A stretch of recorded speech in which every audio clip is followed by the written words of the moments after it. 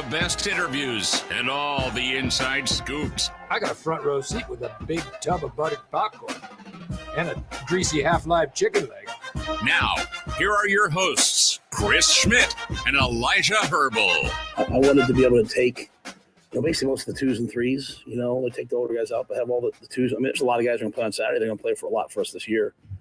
And, play it, I like to get about 60 plays if I could, on Saturday. So I want to play. I mean, I think we have some young quarterbacks I really need to see. Well, I think they deserve a chance to play in the spotlight.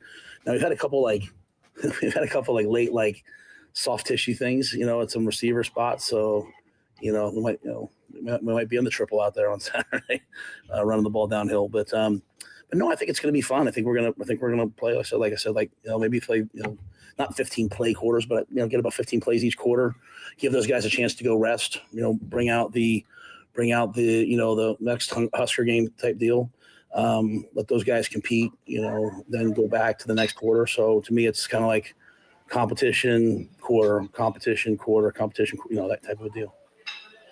And that was Matt Rule earlier in the week laying out what the Husker Games will look like. Great to have you in for the weekend edition of the Average Joe Sports Show. We're here at the Single Barrel inside the Graduate. Justice Rhody and his 2-gallon jug of water back in studio. Elijah Herbel to my right. Bill Doleman, the pride of Fairbury, to my left. Chris Schmidt. The Iron Horse, Gary Sharp, is en route. Our dear friend and Saturday compatriot Mark Kranak is on assignment. Raise your hand or both of them in your Yeti mixer if you've done travel baseball as a dad. A lot of us have early spring, the late spring / summer duties. Kranak is at a baseball tournament. He sends his regards. We'll get our starting 5 shout-outs going here with the Average Joe Sports Show. Can chime in. We're also on KFOR this afternoon from 11 to 1, 489-1240. Can stream KFORnow.com as well. And always find and subscribe, like us on YouTube and Twitter. The Average Joe Sports Show on YouTube. Can watch the show that way. AJ Sports Radio on X as the breakfast buffet wrapping up. Elijah, you have consumed mass quantities of steak here at the Single Barrel. It's legendary. Bill Doleman and I had a little dinner last night, had a Guinness as well, and watched a little bit of the draft. We'll try and do 2 things today. Figure out what the hell's going to happen at 2 o'clock with this abbreviated spring session, but also keep an eye or both eyes on the NFL draft. Lot to consume.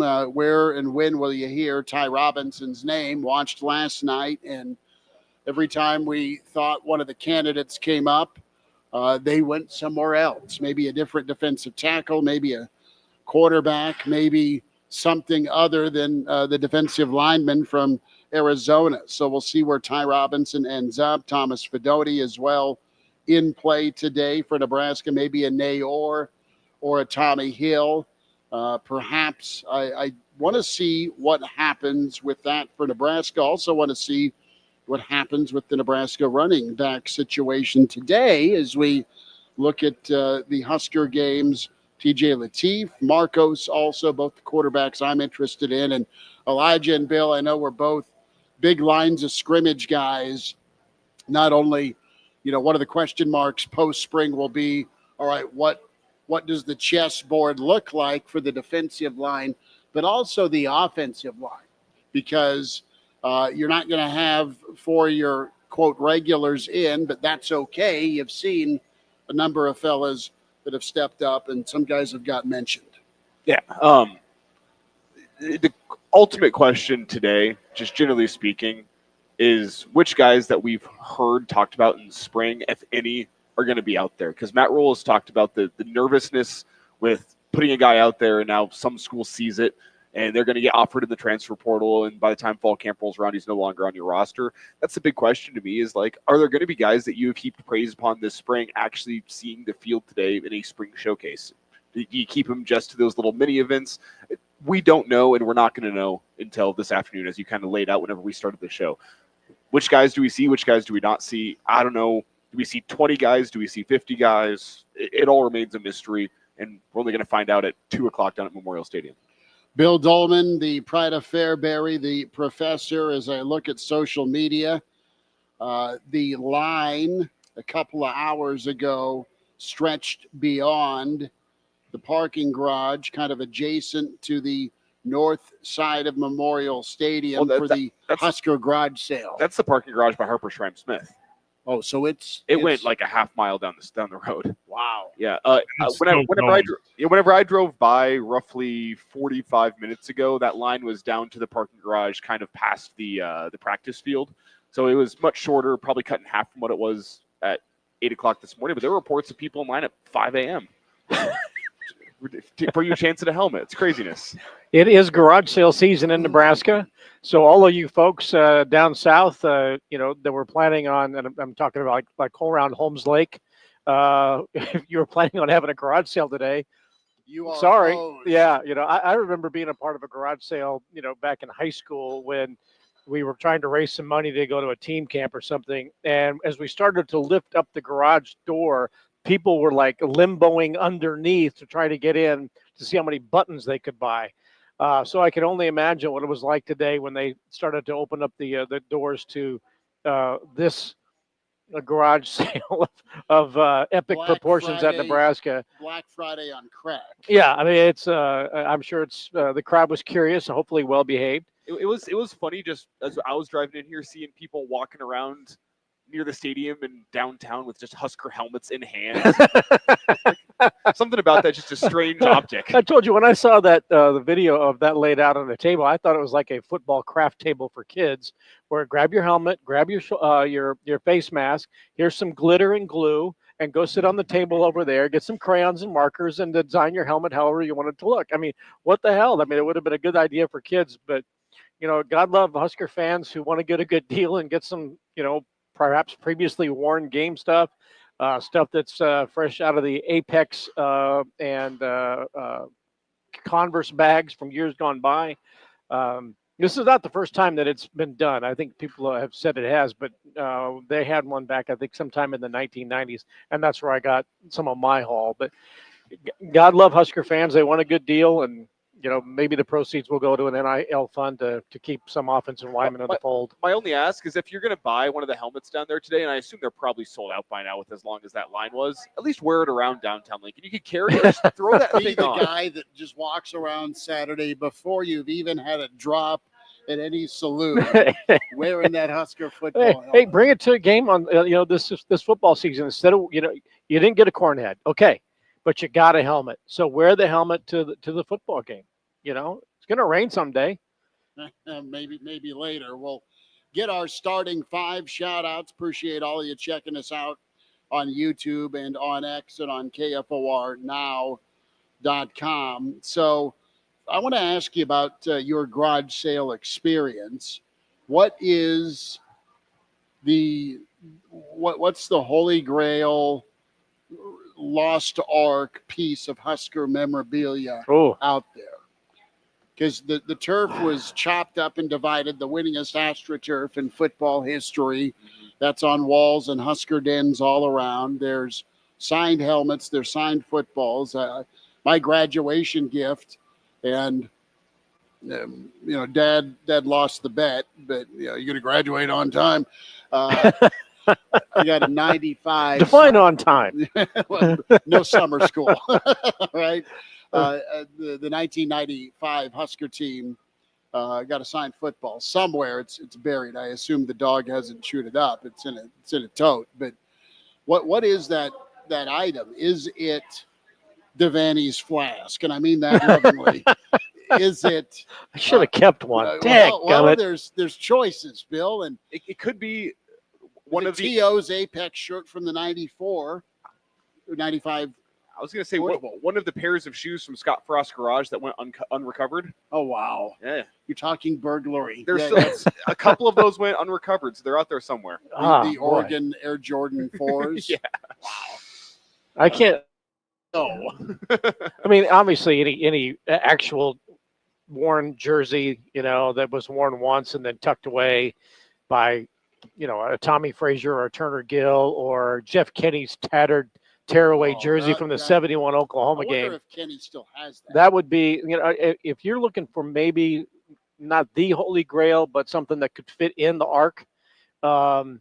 If you could find Jeff Kenny's tattered and torn tearaway jersey from the 71 Nebraska Oklahoma game, that might be one of the all-timers, right? Dale Klein's kicking shoe from the 7 field goal game in the win over Missouri back in the 1980s. But the kicking tee from Dublin, Ireland. the infamous tee that's been melted down and never to be seen or spoken of again. But man, and then Nebraska Huskers Twitter is doing a quick kind of a time hack video that's on social media right now. We retweeted it with just the line of folks there to pillage. I just I wonder if there is I wonder if they expected that turnout for the garage sale. I know every garage. There's going to be more people in line to buy a face mask than actually at the game. Yeah, well, possibly. I mean, the turnout for the garage sale. If I'm Trey Taylor and I make a last minute visit to the campus to decide where I'm going to go to school in 2027, he's already met with me. If I go, hey, look how many people come to the garage sales at Nebraska in the spring. I'm thinking, wow, that's a lot of people. Maybe that's impressive too. But the turnout for the garage sale right now is the front runner for the moment of the day. Who knows what DBK's welcoming party tonight is going to be? The first of two. There is today. Kansas volleyball team is here at the Single Barrel, which is where you should be to come down, hang out with us. We're having a full scrimmage here in the Single Barrel today with our starters. Bill versus the Guinness. But Danny Busboom Kelly, there'll be a sellout crowd there tonight for that, and then they'll have another welcome back to Nebraska when the season actually begins in the fall. But God love people who want a good deal at a garage sale. Well, we will dive in to draft to today's events at Memorial Stadium. The women's flag football game gets going at 1. We do need to have some speaks about one of our favorite analysts that we see at Big Ten Media Days, Joel Klatt, and his salvo towards Nebraska. Just a stray. That's what I'd call it. And also, congratulations to a kid we loved watching play ball, covering high school football, went to Notre Dame, Xavier Watts, getting picked last night. Let's get our starting 5 shout-outs here with the Average Joe Sports Show Weekend Edition here at the Single Barrel inside the Graduate 9th and P. Come on by for a drink, maybe a steak or both. That sounds incredible. Their sandwich selection is undefeated as well, but a little birdie told me the part of the Boulder Peace Treaty is en route. Might be a Snitley boys sighting. Steve is here and says, first, grenades are ready. Good for you, Steve. Appreciate it. NASCAR Eric, check it in. Craven is here. Third surprise pick of the year, going to be Mav Noonan to play spot snaps and end up with James Williams type impact in a couple of games. Love that take, Craven. Tuck asked the important question this morning, is Ty going to get picked before Shedeur? Now, I have lacrosse on the TV right now. The 4th round is underway. Cam Scadaboo now off the board as he's been picked by the Giants. No Ty Robinson sighting just yet, though. Nice. Scadaboo's a fun back to watch. Did you see him out golfing yesterday? I did with not. His family, one of whom was wearing a Husker hat. All right. Well, too bad there's no eligibility. Yeah, talk about a misconnection. Right. We'll also get into the portal discussion of Marty Brown. Kobe is here. Kobe, good to have you. Kobe asking the question, is Shedeur even going to get drafted at this point? How about Shiloh? When's the NFL team going to do the funniest thing and take Shiloh before Shedeur? well, it's going to come down to a non-quarterback needy team picking Shedeur, and you have to understand the carnival that comes with a backup quarterback, because the quarterback needy teams either have already picked or aren't going to pick a quarterback this draft. That's been made clear enough. So which non-quarterback needy team, likely a contender, is willing to have Shedeur Sanders be your backup quarterback, your guy waiting in the wings? I was watching a little bit of the quick interview that the Bussin' with the Boys fellas did, Taylor and Will, when they were talking to Travis Hunter, and they were shaking him down. Well, since you play both ways, you got to take both sides of the football to the rookie dinner. It's going to be the most expensive rookie dinner in the history. I'm kind of anxious to see Compton's crew, Levante David back in town, and just see what some of the former Huskers are doing and like on the sidelines. Patrick is here. Tuck says, I want to feel sorry for him, but he was happy showing off that Rolex every game. We'll get Gary Barnett's comments. We talked to Barney Thursday before the NFL draft. He's been a part of Colorado football on the broadcast crew for many years after his coaching days. So he's been up close and personal with the Colorado coaching and playing situation. Corin Raider is in. Charles is here. Charles, good to have you. Captain here. And good to have Captain back in. 3-putt checking in. Anonymous is here. Anonymous, what's up, dude? Good to have you. Mike checking in. Washington Mike. The other Dave is here. Black Hills Brennan. Good to have you, Black Hills Brennan. And he is asking the question and asked that question hours ago. But if any of you are in line and streaming us for the garage sale access, let us know. We can put you in contact with Black Hills Brennan. He has got a Santa list for you. There are some things he'd like to get. Kobe, it looks like, has been at the garage sale for hours. Walter, south of Philly, asking the question, any word how Marty Brown's visit went? Arlo is here. Bob checking in. Mike is here. Jeff Snitley, part of the Boulder Peace Treaty en route. Rocco, not that Rocco, is here. Jordan is in. Andrew checking in. Bruce in Spearfish is here. And Grateful Red also saying what's up. What's your name? Yes. I mean, that's fine there where it is. Yeah, you're good. Yeah, you're fine. Thank you so much. Thank you. James is saying tie before Shedeur. Now, let's hear real quick from Gary Barnett on this Shedeur thing. We'll dive into the draft. We'll dive into the spring day festivities. And we'll also get some thoughts on the running back rotation today. And we'll tackle Joel Klatt. But here is Coach Barnett. His takeaway, I asked him what he thought of Shedeur, when and where. What's his takeaway, Coach Barnett, on Shedeur? Well, I think, one, he's incredibly tough. I think he made very few poor decisions, if any. He may have made some on the football field, but he doesn't seem to make any off the field. I mean, he handled his press conferences really well. He was on a team that over 2 years, he got sacked 96 times. The biggest difference I can say, and I have been a Shedeur Sanders fan as a football player really since about halfway through the first year, and even in the first game that year. But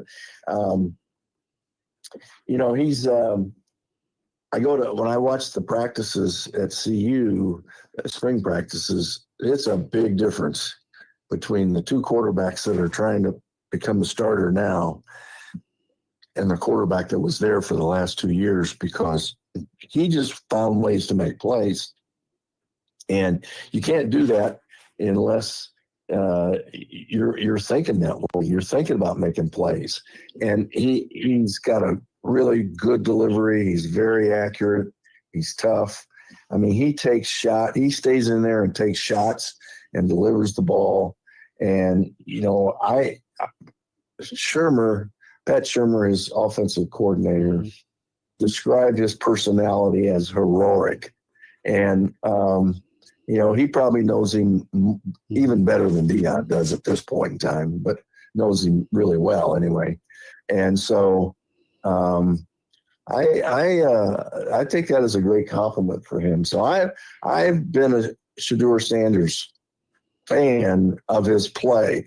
Now, all the other stuff, you know me, I'm not going to throw my hands up and show a watch or put a shirt that says money on it. Not, I'm not going to do that. And I don't necessarily like that, but it doesn't bother me that much. But I like him as a football player. And I think a lot of the discussion and conversation and issues that people have with him have more to do with his dad and the way his dad handles things. And then, he's a chip off the block. He's a confident, cocky kid. And, that doesn't weigh well with everybody. And I think you're either a guy that really likes him or you really don't like him. And and then, of course, as we put his name on the stadium and retired his jersey, that created a really big stir amongst former players. So it's, he's just polarizing, I think. But I think as a football player, he's a really good player. I mean, he didn't have the kind of help other than at the receiver corps, which he had great help at the receiver corps. But he didn't have the kind of help that a lot of quarterbacks who earn really high praise get. I mean, there was no running game. There was no offensive line. There was no tight end. I mean, this guy did it on his own without protection. And to me, that says a lot. So that was Gary Barnett's thoughts on Shedeur Sanders. There's the attachment to dad, the personality, there's the player.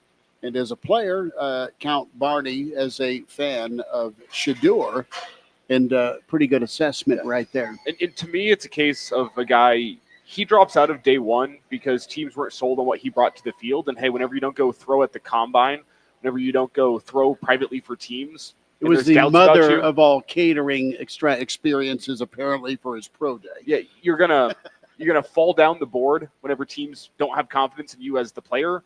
And then you're going to drop out of day 2 into day 3. And we could be talking about undrafted because of everything. You think it goes undrafted? Who else on the board needs a quarterback? That's the thing. Somebody, I think, a non-quarterback needy team is eventually going to take that chance.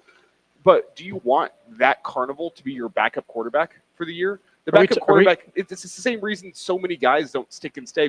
No one wants Aaron Rodgers as a backup quarterback because of the carnival he brings. As well. No one wants Tebow because of the carnival he brings as a backup quarterback. You cannot have a sideshow backup quarterback that's just going to cause issues for the team. And if teams feel that Shedeur Sanders is going to be a sideshow as a backup quarterback, what reason do you have to bring him in? That's why he didn't go yesterday. It's because of the sideshow nature of the Sanders family. He doesn't go on day 1 because of, as a player, he's a little limited. He doesn't go on day 2 because of everything else. Day 1 is investment day. But you're putting a lot of money into whoever it is that you're bringing into your organization. And you want to make sure. Now, granted, there are a lot of questionable characters who've been taken in round 1. There's no question about that. But they're all pretty stinking talented. If you're questionable, right? But you're investing a lot into somebody who is going to be the face of your franchise. And again, how many of those teams in round 1 needed a quarterback? In a draft that does not have a ton of franchise difference-making QBs. So once round 1 was done, then I think the expectations, this is probably a day 2. I mean, you'd mentioned Aaron Rodgers. Go back to when Elkin Walgamott's nephew, back in 2002, 3, 4. Remember when he said, well, I will look for Aaron Rodgers to go to Green Bay. We were the only show in the country that had Aaron Rodgers going to Green Bay in the first round, and it was a 7th grader who said it. But there were teams that did not, and Aaron Rodgers wasn't the circus then that he's become now. But there was just not a need for the teams that drafted ahead of Green Bay to pick him. And so he went from 1 to 9 to 20, whatever it was. Now, so for Sanders on day 1, there was not a need for a franchise quarterback other than for Tennessee. And, was the Dart pick surprise? Maybe. But he had gone up the draft boards the last week and a half, right, to where Dart was all of a sudden in the conversation to be a first-round pick. So day 1 I can understand. Day 2 was surprising that he wasn't called. Well, now, it's not a talent thing because you can look at Tyler Shuck, you can look at Jalen Milroe, you can look at Dylan Gabriel. None of those guys, what they put on the field, were better than what Shedeur Sanders put on the field. You don't think so? No. Boy, I tell you what, Milroe's more dynamic, though. Milroe's more dynamic. Shuck's a grown-up. Dylan Gabriel's a grown-up. Didn't Shedeur Sanders just have the highest completion percentage in FBS history last season? Throwing 2 concepts a game. This is true, but he's also airing it out 40 times a game. I think system's important. I think there's selfish reasons that quarterbacks have great completion percentages, i.e., let's take 97 sacks or whatever the number Barney threw out there was.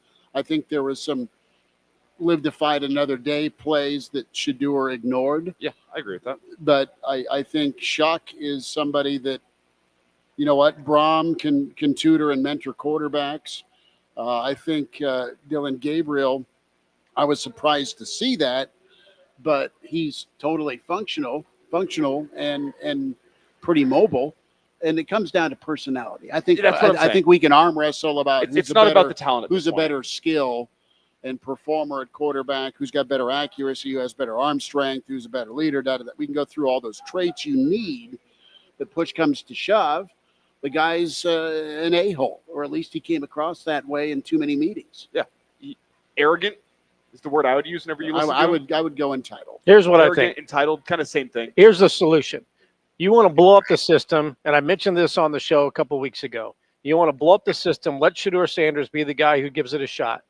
I can make more money if I go back to college at the University of Colorado than I can make as a backup quarterback in the NFL. You are limiting my earning capacity in my chosen profession.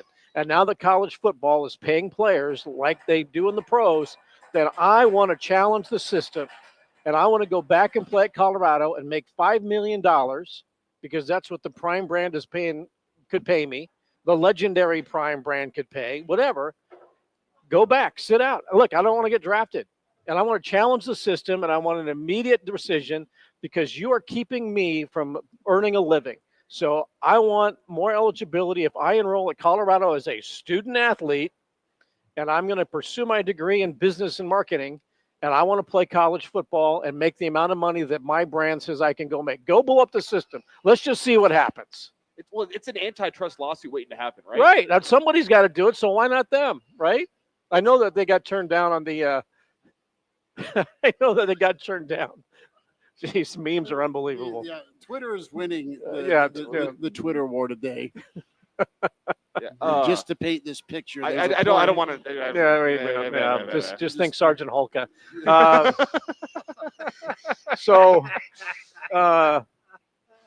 Look, I do. I would love to see the Sanders family say, you know what, we are going to blow up the system. If we can't do it to the NFL, right? And I'm not buying this collusion thing, because look, Aaron Rodgers has the same issue, but I could make more money in playing college football, and if I enroll as a grad student, and there are grad players, give me another year of eligibility, I can make $5 million, and I want immediate injunction. I go into the draft next year. Well, and Bill, think about it. If this new NCAA ruling goes through, the Pavia rule that they're trying to push through, it would count Division I AA, the FCS level, as basically a JUCO year. And since Shedeur Sanders spent 2 years at Jackson State, he would qualify for an extra year of eligibility. Yeah. He could make $5 million. He would blow up the system, and he would blow up the salary for college quarterbacks that Iamaleava was trying to do. Yeah, and when you look at it, he could just go through and say, hey, I'm going to play 2 years, and guess what? I'm going to come back in another quarterback week draft, because I don't think he'd come back and then go out next year with Drew Aller and his numbers so he can have it retired twice. Exactly. So he can come back and he can fix his whatever perceived personal issues there are, personality issues. I'm dead on balls accurate with this one. There we go. That's Bill Doleman, the pride of Fairbury. It's the weekend edition of the Average Joe Sports Show. Justice Rhody back in studio, and Elijah Herbel. We're at the Single Barrel inside the Graduate, getting you ready for Husker Day. Husker Games is most of South Stadium is in line for gear with the Big Red Garage Sale. Chris Schmidt with you, the Iron Horse, Gary Sharp in the on deck circle. Quick timeout. We roll through hour one. We'll have some thoughts on Joel Klatt's comments or reaction to Xavier Watts and where he landed. Of course, Nebraska is looking at portal options here with Marty Brown. Trey Taylor weekend, that's important. And, oh, yeah, there's some guys trying to put an exclamation point on their spring in front of some of the fans. So come on down, say what's up. We're here with the Average Joe Sports Show at the Single Barrel, and we'll be back, a quick timeout, back with more after this here on the Average Joe Sports Show.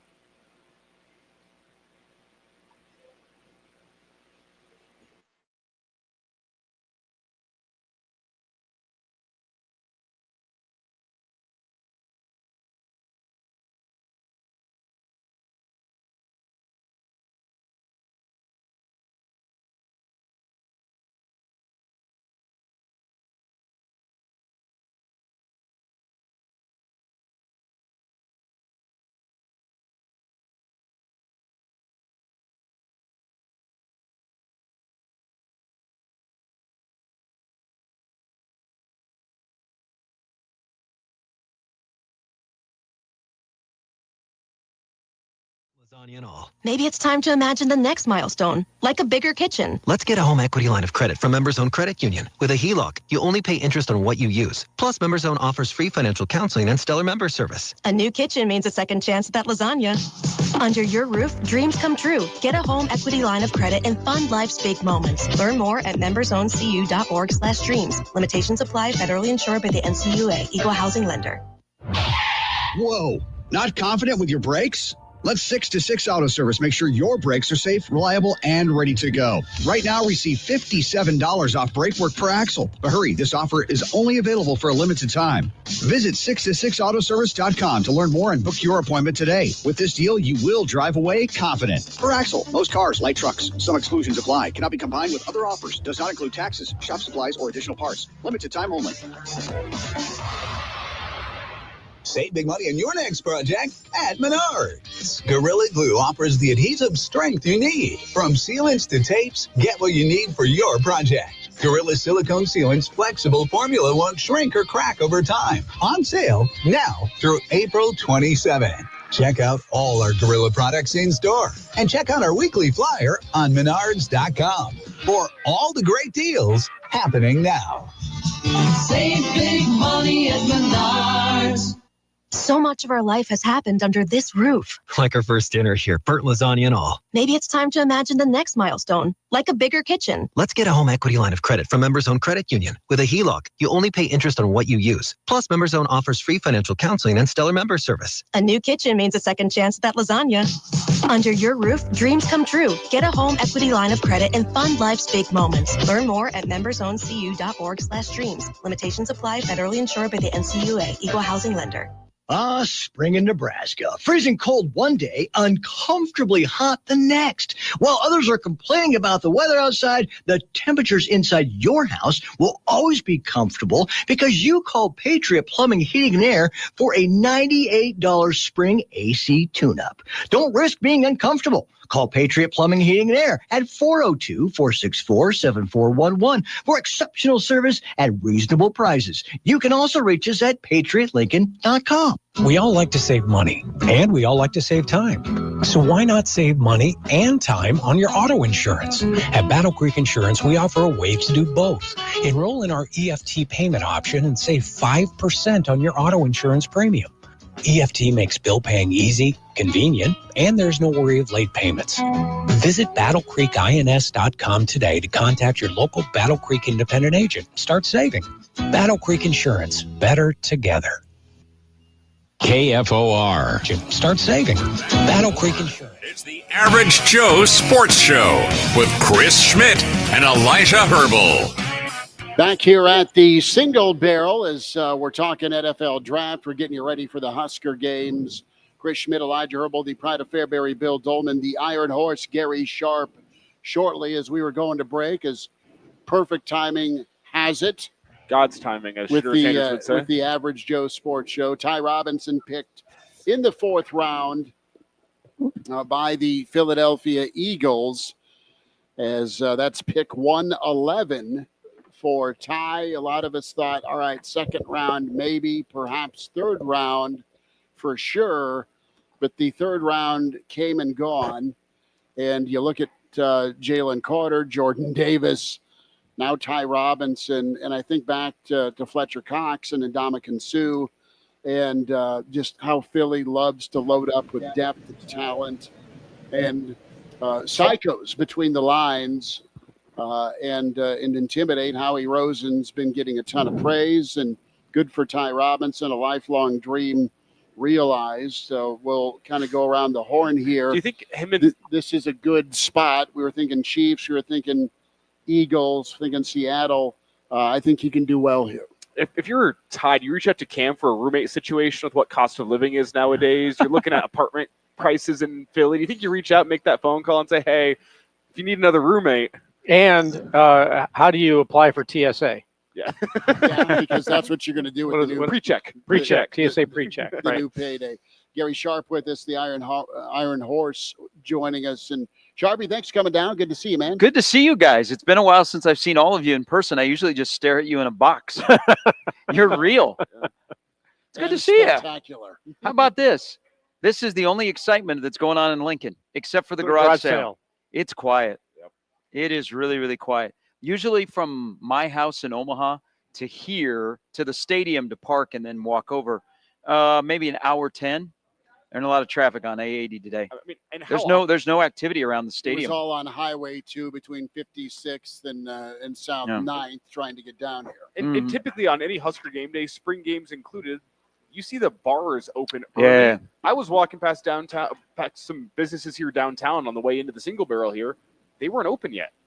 The doors were closed. The lights were off on a Husker football game day, which I guess this probably isn't a game day, but it's just such a different feel down here. It's been so quiet in the spring. Just, twice there's been media availability to watch. They've had regular press conferences, but I don't know. I've talked about this on my show. This is a college football thing where the NIL and the portal and the playoff and everything in the 105 has just sucked the life out of college football after the playoff. That's what the majority of people are talking about around the country. Are people talking about breaking down X's and O's and who's going to be the next great player? I mean, Nico's situation at Tennessee probably got more run with the college football language than, hey, how is, Oregon going to replace Dylan Gabriel? Things like that. And what? There's 3 games on BTN today? Yep, Maryland's right now. And Penn State and then Oregon? Yep, and Nebraska, and they were Ohio State a week and a half, 2 weeks ago. Is that about right? But yeah, it's different and it's weird because we're used to congregating, especially when you look at some of your memories that pop up on some of the social media platforms. Where were you a year ago, 3 years ago? Well, we were right here doing a pregame show, wondering what things are going to be and how this group, this team will maybe turn the corner. And, you've been waiting a while as a Husker fan to see Nebraska get back at it. You've had measures taken by the head coach, which we all understand in this new era to kind of keep things closer to the vest. But I mean, it's excitement level. I want to see a couple of the quarterbacks, Elijah and Sharpie and Billy. That's kind of where I'm going to focus. I'm not going to put too much on it, but at least I get to see it. And that's going to be my beer half full takeaway from today. To me, it's just sad because how many Husker fans, through the years of the spring game being a celebration of what football is around here, it always used to be a celebration. And hey, the younger guys that have been paying their dues in the program, they get a chance to compete in front of 60,000, 70,000, however many people show up. They get their opportunity. The guys that are working in the wings. And you also get to look at what the team briefly is going to be in the fall. You get to see a couple guys for a series or two, and then, hey, here's a celebration of what football is. For me and for a lot of people, the spring game was your first experience with Husker football. Whenever you're 5, 6 years old, you don't want to spend full money on a ticket. It was Dylan a year ago. Well, let's be honest. The spring game has not been the same since they stopped letting kids come onto the field at halftime to say no to drugs. All right. Fentanyl use is up in the state of Nebraska. We know why. The program has struggled a little bit. But when we said no to drugs and kids that were 6 years old could run on the field at halftime and, maybe their dad had a dip in while he heard the head coach saying, hey, say no to drugs. and then they drop their pizza on the field and they're like, oh my God, how are they ever going to play anymore? Those were the days since they got rid of it. And the last time they did it, because the head football coach at the time in Nebraska had a big fatty in while he was reciting the pledge. It hasn't been the same. Let's be honest. I go back to when they implemented the modified Stableford scoring system in Scott Frost's first or second year. That kind of threw that for a bit of a loop. Can I first just real quick acknowledge what Walter did there with ELGSES? I believe that's an homage to the Philadelphia mayor after the Super Bowl. So well done, Walter. You know, I mentioned this yesterday on the show that back in the day, you would have the bowl game ends, season's over, Nebraska pats itself on the back for a 9, 10, 11, 12 win season. And then you would get into winter conditioning. And remember, right around the end of February, Boyd Epley would release his performance index scoring that people would rush to the World Herald or Lincoln Journal-Star, and they would scour what the scoring indexes were, because the players who were going through that were the ones who were going to be going into spring football, who were then going to be going into fall camp, and you knew what the roster was going to be. You knew who graduated, okay, who worked out hard, and you followed them through the spring, and they were going to be there in the fall. The most notable name in Nebraska's spring camp, the last 2 weeks, has been Marty Brown. Oh, yeah. The most talked about player in Nebraska this last 2 weeks has been Marty Brown, and we don't know if he's officially going to be here or not. And will there be a player or two who will go into the portal? Yes. And now that the portal is expanded, and I believe there might be an offensive lineman, but it's more about who's not here and who's leaving than who's going to be here in the fall. Yeah. The way we get the winter conditioning results now, or as a player accidentally putting it out on his Instagram, which you know, like, that's down the road. But wasn't Rule, because you're right, Bill, I remember that, and players, that was a competition because they knew those would be published. Didn't Rule say that they were going to go back to that? I think so. Yeah. Because he has preached competition. He's preached competition since he's been here, and he's preached it quite a bit this year, especially in the portal era. And then what we thought was going to be a 105 hard cap roster. So guys were fighting for their lives to find a spot, keep a spot, and be in that 2 deep. Now, if there is a positive of today, and I'm, you know, you guys have mentioned who you want to see, and I think it's important that the quarterbacks look good, the two other scholarship quarterbacks, is we're going to be able to make out a depth chart after today. You're going to be able to make out a depth chart halfway through this 60-play scrimmage, because the guys that are the frontline guys are not playing at all. They're going to be dressed, but they won't be on the field, so you'll be able to figure out. And even some of the second-string guys. Now, a couple of the defensive backs that are in competition to be the number 1 or the number 2 might get used at a nickel or rover today. But that's one thing you'll be able to tell, okay, here's going to be the top 44 to 53, I think, after today. That'll be telling who sees snaps, who doesn't. And Elijah and I have a stake in a beer bet for whether I see Ives today or not. I don't know. I do. So they gave players some players the option if they wanted to get some snaps. Now, I think he's firmly in that 44 to 53, but they did give players the option, hey, if you want to take a couple of snaps. Now, they're not going to let their frontline guys, but if you're like second team or third team and you're like, and they've been saying, I don't know if we're going to use you today, and they jump up and say, no, you know what, I'd like a series or two. I wouldn't be surprised if maybe he does, because at the end of the day, Quentin Ives hasn't played much football, you know, and they need reps, you know, and that's the thing about the running back position. But you know, we'll see how today goes. I think there's another issue with numbers. You know, there's offensive linemen.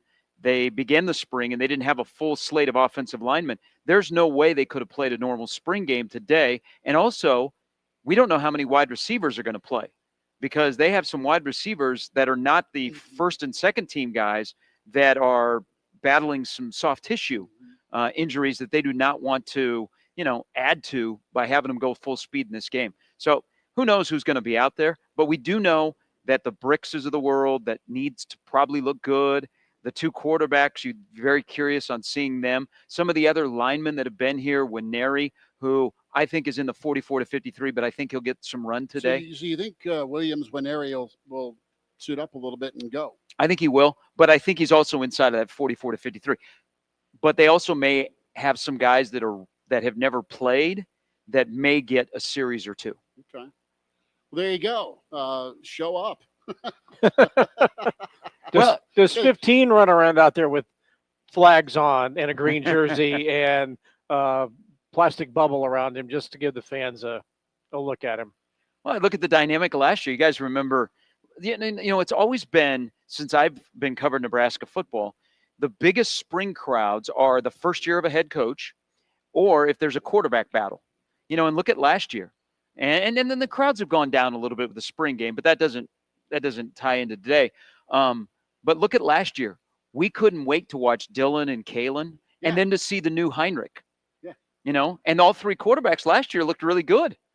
I remember Adrian as a freshman coming out in that 2018 season where you were like, okay, this guy, the way the narrative was afterwards, we didn't know where he was going to fit in. You were hoping, right? But well, didn't Jebbia have a good spring as well? Yeah, then he bolted as soon as the spring game was over. He bolted. He bolted. So they did not announce who the starting quarterback was until the night of the student scrimmage. Okay. And they told him afterwards, and the next day he was peace out. What about John Elder? How did he do in his spring He missed game? a phone call from the U-Haul. The shout back. But that you're right. Bobby Newcomb, Adrian Martinez, of course, Dylan last year.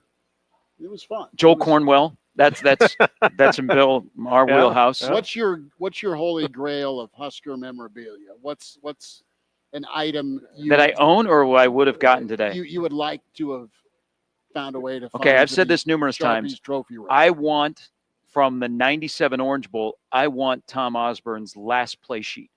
Okay. That's what I would want. Now I have asked, maybe I asked Mike kind of oddly, but it does exist somewhere that he saved his last play sheet. Okay. I mean, I'd love to have that. And I'd put it in a case. New project for this summer. We're gonna find this play sheet for Gary. We're gonna go 0 dark 30 to get it. Well, so what? And Aren't you a little old to be a Boy Scout selling popcorn. But there's quite a few people, and the cool thing about Lincoln is whether it be a Misty's or elsewhere, there's places that have memorabilia that we didn't think existed, but there are a lot of people that during the summer in this town will look at all the estate sales. And then they will go garage sailing to see if there's unique Husker memorabilia that possibly is involved. And here's and I've always wondered this, and we've talked about this before. When Sports Information, and Bill knows this really well, in that tiny office in the corner of the first floor of the North Stadium, when they moved over, or from the South Stadium, excuse me, when they moved over to the North Stadium, they threw a ton of stuff out, or they sent stuff across campus. Nobody knows where some programs, media guides, even some individual awards exist. But what they have missed out on is I think they should build a football museum on the side of Memorial Stadium and think about all the memorabilia that you would have, but now it's scattered all over the place. I would make Mike Babcock the curator of the Nebraska Football Museum. It is open 363 days a year, even on game day, and it's just a museum for the history of Nebraska football. Look at all the people that come to Omaha for the College World Series, but they'll come down to Lincoln because they want to go inside of Memorial Stadium. And Bin Laden screwed that over. Sure. But they could come to Lincoln. Among many things. They could come to Lincoln and they could go to this football museum. You say 363 days a year. What are the 2 days it's not open? Well, I think you got to go Christmas. Yeah, okay. New Year's Day. New Year's Day, you got to have it open. That's a big college football day. Yeah, but that might be a little. But you hope that you're playing that day. That's true. Somewhere. Eventually, right? That's true. Yeah. But so you keep it open on the 4th of July? Oh yeah. I mean, red, white, and boom. People over at Holmes Lake, they just come on in. So I forgot to mention one other bit of memorabilia that I do have, and I've mentioned I got a couple of chunks of grass and sod from national championship end zones. I also have, remember when the stadium had a partial collapse? What year was that? 95, 85? 93, 94. Somewhere in there. Okay, so they had to core out parts of Memorial Stadium to test the structural integrity. I do have a couple of the cored out pieces of Memorial Stadium somewhere in my paperweight collection. So of Memorial Stadium, I do have that. That's available to the highest bidder. When they opened up the second location of Misty's and Bob passed away, didn't they get rid of a lot of memorabilia at the original Misty's in Havelock? They still have a ton in there. Yeah, but I think they had stuff that even wasn't displayed. So the single barrels where you get your steaks, we love you. Sorry. No, you're good. 200 whiskeys to choose from. But when it comes to the other location you're talking about, that was near our house, the south location. Yeah. And I know our dear friend Aaron Babcock had some items as well. And our other dear friend Gary Novotny had a bunch. He had a whole, in his previous store, the second floor was all memorabilia of stuff. I mean, he had Orange Bowl jerseys and stuff that he had collected over the years or gotten a hold of. But like that giant Sioux lithograph of him spiking Colt McCoy, that was in the Misty's ballroom when you walk in. So yeah, they had a whole bunch of stuff, and I think they took bits and pieces, or they went newer era in that south location way back when there was a second location, I think on 56th and Highway 2. And then, but anywho, the old Misty's still, the barroom still has like Big 8 era, and you walk in and it's got all the old helmets signed, and it's pretty cool. Hey, can we acknowledge too that a lot of people in the stream are acknowledging that Justice looks as though he needs a friend and needs a hug, and somebody else, the captain, is also noticing, wanting to check on Justice to make sure that he's okay. With that said, let's continue our conversation. But Justice is going. Justice, we will get you a steak and a beer here, my friend, in the single barrel, and you'll be a happy man. Do you maybe not back in the day? Okay, again, part two, when they used to have the liquor decanters of Husker football players. If you went into Tam O'Shanter or something along those lines, for New Year's, of the oldest, Vandy was just handing them out. Hey, welcome. And there would be like a Johnny Rogers or Jerry Taggy liquor decanter that would be at those bars back then. That would be the ultimate in return of NIL. No, go ahead. NIL souvenirs now. If you were to have your own, liquor bottle with your image and likeness on it. No, my wife's, the Bunny's grandmother, Grandma Carol, had a collection. My old babysitter, Gertie, had a giant collection of bowl games. Her and her husband went from 62 to 92 every bowl game. And I have a whole bunch. I got a giant Husker mug. I mean, it's some Saturday mornings you see me drinking water out of it. And where we go, we've got to get to ABC News. I was just going to say. The ABC News coming up, hour 2 here at the Average Joe Sports Show Weekend Edition. Continues on as we'll get more thoughts here on this Husker game Saturday with KFOR, KFORnow.com.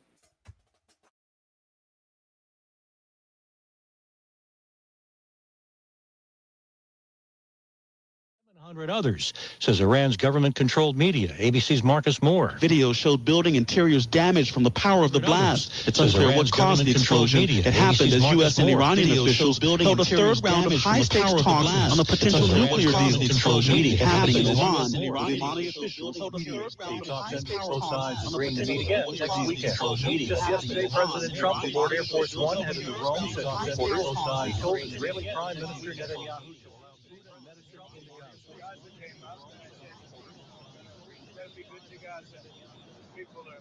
Those people are suffering. We got to be good to Gaza. We're going to take care of them. UN officials say conditions in Gaza are deteriorating. Today, an Israeli airstrike flattened a 3-story home in Gaza City, killing 10 people, half of them children, say local health officials, who also say Israeli attacks killed at least 49 people in the past 24 hours. Before attending today's Pope Francis funeral, President Trump sat down for a face-to-face meeting with Ukrainian President Zelensky at the Vatican. ABC's James Longman's there. Incredible picture of the two of them sitting behind the scenes, having a conversation. This is the first time since Zelensky was in the Oval Office. And of course, that meeting that went slightly off the rails with President Trump. The United States has said that meeting went well. This, of course, is to try to broker a peace deal in Ukraine. China tariffs update from ABC News senior White House correspondent Selena Wang. The ultra-cheap clothes and goods that you can get from Shein and Temu, well, they're getting more expensive. Starting yesterday, the Chinese e-commerce retailers began hiking prices. It's unclear how much those prices are increasing by, but the companies say they have to do it because of changes to global trading rules and because of tariffs. Our Selena Wang, you're listening to ABC News. Changes to global trading rules and offered not valid in all states or were prohibited by law. Loans are subject to lender approval. See website for details. Honey, the credit card bill came and we're maxed out. Maxed out cards, rent is due. We just need Honey, the credit card bill came and we're maxed out.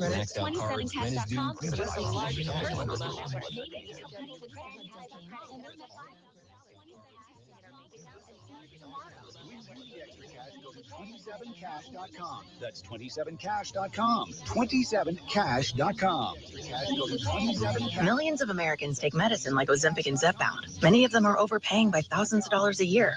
These GLP-1 medications for diabetes, weight loss, and more may not always be covered by your insurance, but GoodRx can help. GoodRx helps you save every month on prescriptions at over 70,000 pharmacies nationwide. Best of all, it's free to use.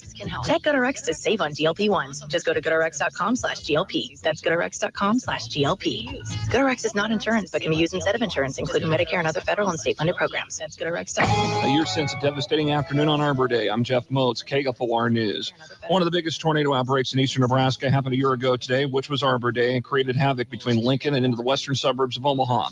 When the tornado touched down just north of 84th and Havelock and moved northeast over open country before slamming into the old Garner Industries building at 98th and Highway 6, it was the emergency communicators at the Lincoln Emergency Communication Center that were pivotal to getting first responders there to help. On those types of days and those types of moments, you're seeing hundreds of calls come in per hour. Lincoln Emergency Communication Center Director Jessica Lowe says her staff did not miss a beat last April 26th. On Friday, the city of Lincoln approved the permit for a Wahoo-based construction company to start demolishing leftover debris at the old Garner Industries building in the coming weeks. There have been staffing shortages at the National Weather Service in Valley, and that's limited the number of weather balloons that have been sent up to get data. However, Nebraska 1st District Republican Congressman Mike Flynn on Friday said that two forecasters are coming in temporarily to help to the number of weather balloons sent up will return to 2 a day instead of 1. Partly sunny today, a slight chance of rain and a high of 62. I'm Jeff Moats, KFOR News. You've got your very own handyman to help remodel your home. Save $50 on all vanities this month at Handyman. Browse top quality American-made vanities in dozens of unique styles and sizes at Handyman. Surprise! Your accountant just emailed to say your quarterly taxes are way higher than you were expecting. At Progressive, we know small business owners don't usually like surprises because they cost you money. But a good surprise that could save you money? Getting discounts with a commercial auto quote from Progressive. Also, your favorite employee is leaving. They're going to pursue their dream of being a veterinarian.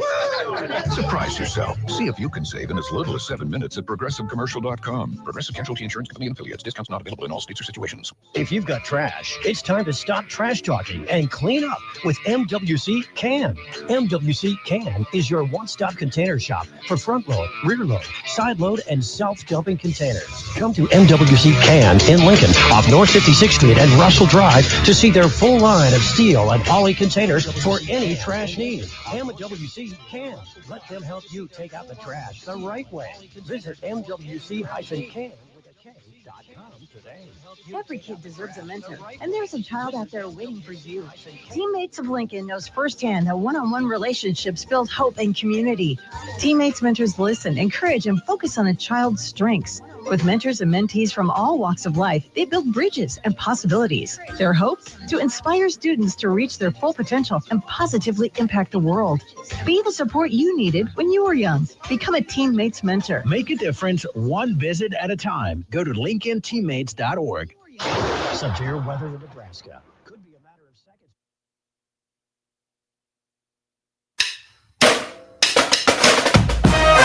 From Lincoln and broadcasting across the state of Nebraska, it's the Average Joe Sports Show. This is the place for Husker sports with the biggest names, the best interviews, and all the inside scoops. I got a front row seat with a big tub of buttered popcorn and a greasy half-live chicken leg. Now, here are your hosts, Chris Schmidt and Elijah Herbel. Hour 2, the weekend edition of the Average Joe Sports Show rolls forward. We're here at the Single Barrel inside the Graduate 9th and P, our post-up spot for football season. Great to be back here. Had a ton of fun last night, 4 to 6, broadcasting live here till 1 today. If you're wondering where we're at, we're kind of behind the wall. We're West Germany. Wow. So we're better than East. Yes, that's better right. than East. Right? You got to pick. You might have to explain that to the kids listening out there. Well, we have East and West Germany. You'll get married, and sometime when you get married, your wife will have a giant pillow that separates you from her, the Berlin Wall. See, the modern example could be North and South Korea with the demilitarized zone. Same thing with the pillow. Right. Yes. The demilitarized pillow. Oh, there's a lot of ways to go there. Anywho, so Bill Doleman's here, Elijah Herbel is here, Chris Schmidt, the Iron Horse, Gary Sharp, as we're on site. Justice Rhody, bless his soul, and his barber for nice gallon running things back at the station. Also live on KFOR, KFORnow.com. Our dear friend and compadre Mark Cranack on assignment, youth baseball tournament today. So he will be back with us next weekend edition. Now the old flex schedule that we're so accustomed to, depending on kickoff time here at 2 for the Husker Games, flag football, the women's flag football showdown at 1. And most of Husker Nation still in line to get the garage sale item they want from Nebraska Athletics. Tomorrow, back at it for the Sunday live edition at 10:30. Fellas, we've got a few different ways. We've talked some memorabilia and smiled about that. We've touched on some guys we want to see, and we'll have options to play. And as we took our first break in hour 1, you have Ty Robinson going to Philadelphia. Great pickup. That's incredible for the Eagles as they continue to stockpile talent. We're happy for Ty. Good dude. We've all talked to him over the years, and it's just a life-changing day for him. And a cool video. I just put it out on my Twitter account so you can check it out. Cam Jurgens was doing a little meet and greet Q&A and got the news live of Ty Robinson being drafted. He was pretty excited. Sent a text off to Ty congratulating him. So it's a cool video. You can check that out on my Twitter account. At Herbal Essence is where you can find Elijah, at Bill Doleman, at Justice Rhody, at Gary Sharp 1620, at Schmidt_radio. So you can follow us there. And if you're watching in the stream, like and subscribe. Tell a buddy with the Average Joe Sports Show on YouTube 7 days a week. AJ Sports Radio on X. And more comments coming in here about the Schmidt name. Schmidt is in Germany. Will be this summer. You have Pillow Wall. It's we're going to keep moving on, Tiger Shark.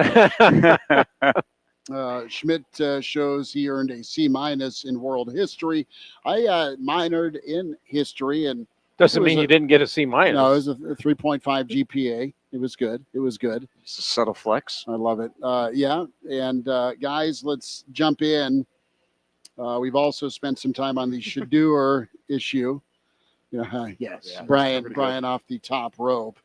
So I want to get your guys' take here on a couple of names. One in the portal, Marty Brown, also Trey Taylor, the quarterback Nebraska targeting for 2027. We will spend probably the last half hour going over the Joel Klatt missile invasion as he piled on Nebraska. That coming up as well. But fellas, let's start with Nebraska's want versus need at running back. You preach competition. You need to follow through with that. And if you can add a guy in Marty Brown, you do it. We'll see where that ends up. But Sharp, you want to get your take on a guy you've covered and have seen a lot of good football from in the high school ranks. You know how well he performed at North Dakota State with an 1,100-yard and change season a year ago. But we also know that there is some fence mending through no one's fault, but just reality that needed to happen with Nebraska and Marty's camp. And it looked like Thursday dinner went well with Dana, with Barthel, and of course, Matt Rule. How are you feeling about this situation? I don't think Nebraska's going to beg, but Nebraska will sure kick tires. Yeah, so he had go back to something you said. So this staff was not here when. It's not on them. No, he came and made an unofficial visit for a junior day going into your senior year back in 2022. And Nebraska wanted him as a walk-on. They gave him some numbers to hit in terms of speed.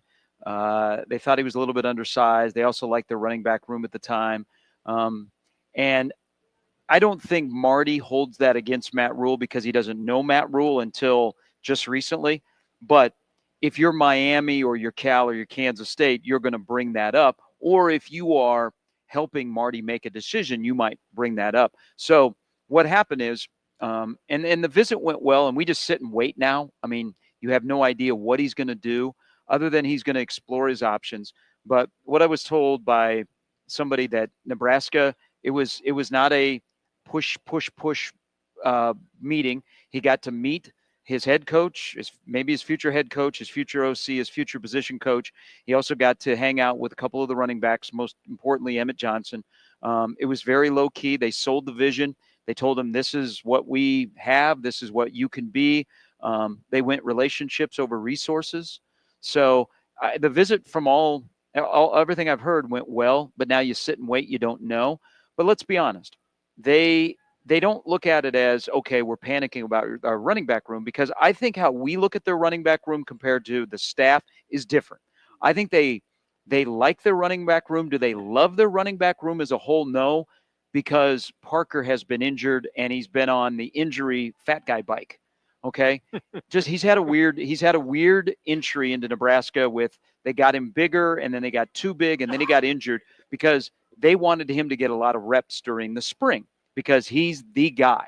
So they still love Nelson. Rule loves Ives. I don't know that Barthel is an Ives guy, but I know that Rule is. But if they add Marty Brown, it just makes that running back room better. It's not like he comes in and now Emmett's in trouble. He makes the running back room better. And as you've seen, all of these additions since the end of last year, they have looked at it and said, okay, where do we have a deficiency? Let's go and fix that, either with a coach or a player. And I think the ability to run downhill, walked away and went to Lexington. The one thing Marty Brown did, and Marty Brown is not as thick as Dowdell, in that system at North Dakota State, they're more downhill. Nebraska's system with the zone blocking is more read. So they would have that guy that is familiar with and also thrives in a running downhill if they could get him. But at this point, I think everybody just sits and waits. I want to ask you a question that we discussed yesterday. Do you think Nebraska has a conversation with Marty Brown, even if he's not from Omaha, if he's not an in-state guy? No. I think you're spot on, Elijah. I think the fact that he's close, that there are people. So, there's enough people that coach football in Omaha that were in Rule's ear. Like immediately when there was rumors that he might go into the portal, and when he got into the portal, said, hey, this is a guy you got to look at. And so I think then Nebraska doesn't feel like, oh my gosh, he's an Omaha guy, so we got to do this. They looked at him and said, guy can play football. And so I think that's what started it. But you're right. If Marty Brown from St. Louis, Missouri got into the portal and was a running back, I don't know that Nebraska would be kicking the tires and bringing him into town like they did on Thursday. What's the Parker injury, real quick? Is it a significant thing that? No, it's not. It's not like he's just out. Keep him out of spring, and he'll be back in the. He hasn't. So it has been reoccurring where he hasn't been able to get consistently on the field. Nagging soft tissue injury yes, is what I'd say. Yeah. Okay. Nebraska's kind of reinvested into the state of Missouri, either through the portal or with Coach Mosey and the Kansas City region as well. You mentioned Parker, his talent from St. Louis. Watching the draft last night, and I've seen this, you see a lot of guys from Iowa State get picked. Mm-hmm. You've seen 3 already off the board. Some of the skill guys, 2 of their receivers, and they're Kansas City area dudes. So I'm putting all that together with Iowa State's invasion of the Metro, especially with this 2026 class. 5 guys already committed. I know Rule asked about it a couple of weeks ago and should be sensitive about it because it's not that he's not trying to keep Nebraska kids coming to Nebraska, but he has to zoom out and where else can they look, and where do these guys that are in the current recruiting period fit versus portal options or other options. And you put all of it together with the fact Iowa State's had quite a few guys getting picked, not just this year, but in past drafts. And they're doing something right in Ames with their evaluation, who they're recruiting, and then what they do once they get to Ames and then off to the NFL. Guys are getting picked. I'm interested to kind of get your thoughts on just what is the feel in the Metro with this current staff and what do they believe? I think there's truth. I think there's communication. I just think there's wait and see, not just for Nebraska kids, but right now Nebraska's had to pivot with how they go about bringing in talent. Yeah, a couple of the Omaha kids that are going to Iowa State are good college football players. Topic of fit. Yeah, I think here's what I look at with the Rule, and we've said this. We've talked about this. I don't think every Nebraska kid deserves a scholarship because not every Nebraska kid is prepared for coming to Nebraska and all of the expectations that are heaped upon them. Do you guys also think, and I thought about this the other day, and again, the battle between Iowa State and Nebraska, there is no player that Nebraska wanted that Iowa State got. Isaac Jensen is one, and he's not going to visit Nebraska. Iowa State's still on his radar, but he has schools that are above Iowa State. And I'm a big fan of Matt Campbell. I think what they do, they're developing, they're winning. They've been to the Big 12 championship game twice. They almost made the playoff this past year. They've got a really good football program. And I think Nebraska wants to do something in pivoting. When Rule gets here, everybody is in his ear about, man, Scott really screwed up the recruiting in Nebraska. And he's like, why? Because they had watched tape of in-state kids and they're like, the football here is pretty good. And I think initially they went all in and were offering a lot of scholarships. Now, how many of those guys are still on their roster? And so Bellevue West is a prime example. Rule loves Mike Huffman at Bellevue West, but the Bellevue West kids that came here are not here anymore. No. So you pull back a little bit and you are a little bit more selective. And don't you guys think by Nebraska being selective in-state, because if there's a good in-state player that can help them, they're going to pursue. Okay, they're going to make that a priority. That by pulling back a little bit, you make the offer in-state even more special? I think so. I mean, it's coveted, and I think this staff is very good about realizing that they can't take Nebraska for granted. They didn't take Carter Nelson for granted. They fought to win that recruiting battle. But I just look right now from an appeal standpoint, you've got Iowa State. The reason I brought up Iowa State is they're in earlier on Nebraska kids than Nebraska has been. And the results right now, the last couple of 3 drafts, have been more kids going to play football on Sundays, getting that opportunity. More draft picks from Iowa State than Nebraska. But Nebraska's done a good job in the Rule era, and especially now when they're talking about we're not going for 25 high school kids anymore. It's 15. You gotta find 8 to 10. Right. They're talking about 15, and in the last couple of recruiting cycles, they have identified, as has everybody else, the best player in the state. They went after him, and they got him. Right? Carter Nelson and Christian Jones. Yep. Right? So they've got the top player 2 years ago, the top player in this class. Nebraska went out and got him. Then they had, Connor Booth, very intriguing running back. Yeah. Right.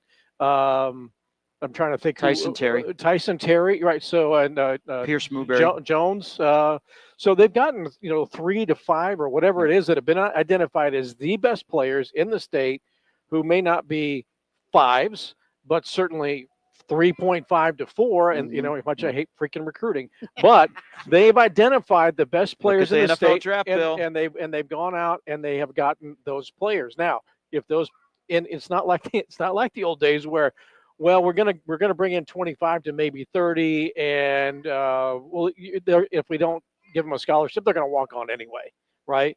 That was just the way it was. Now they have opportunities to go elsewhere, and if you're like a Marty Brown, you go to a North Dakota State, and then 2 years later, maybe Nebraska revisits you because you've improved and your stock is better, and now you're one of the 10 that comes in your transfer portal class. It's just the way the business is run now. But they have gone out and gotten the players that people said you have to go get. Caleb Benning, you got to get him, and they did. And so if there's guys going to Iowa State, it's just like guys back in the day who escaped and went to UNO or something. And if you're Rule, you hope you're right. You know, that's absolutely. If you're going to go with that philosophy, you hope you're right. But also, there's another thing, and this isn't a Matt Rule and his staff thing. The guys in state that come to Nebraska need to start producing, because I'm thinking if we fast forward to the fall on a Thursday night at Arrowhead against Cincinnati, how many Nebraskans are going to start? Maybe Gatula at a tackle spot. Yep.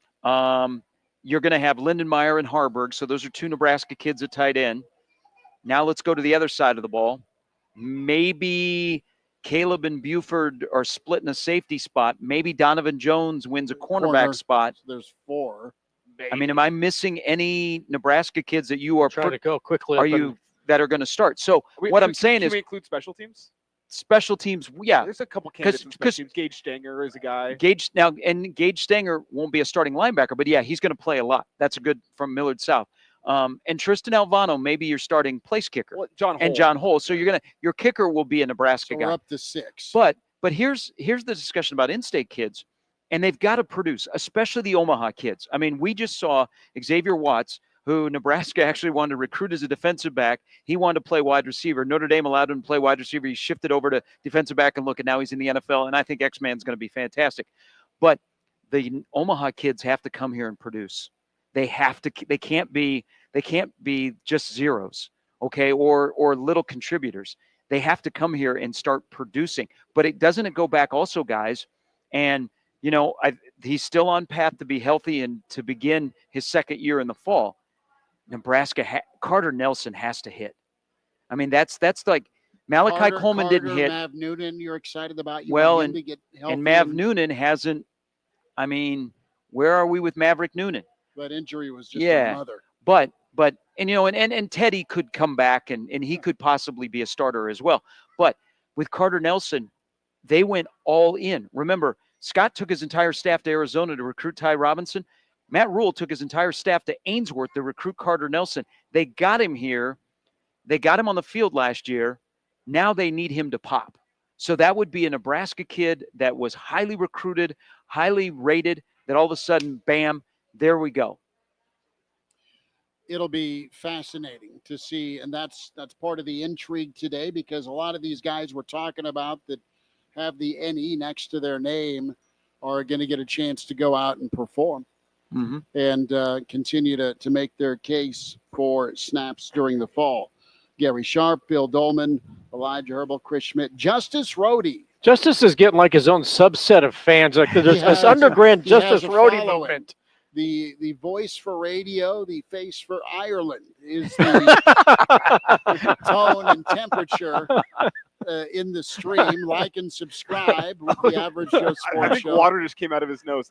That's water. It could be vodka in the jug. Nothing came out. Just get a little hooch thing going on. Yeah. It's a science project. Nothing came flying out. We're all good. We're substance free.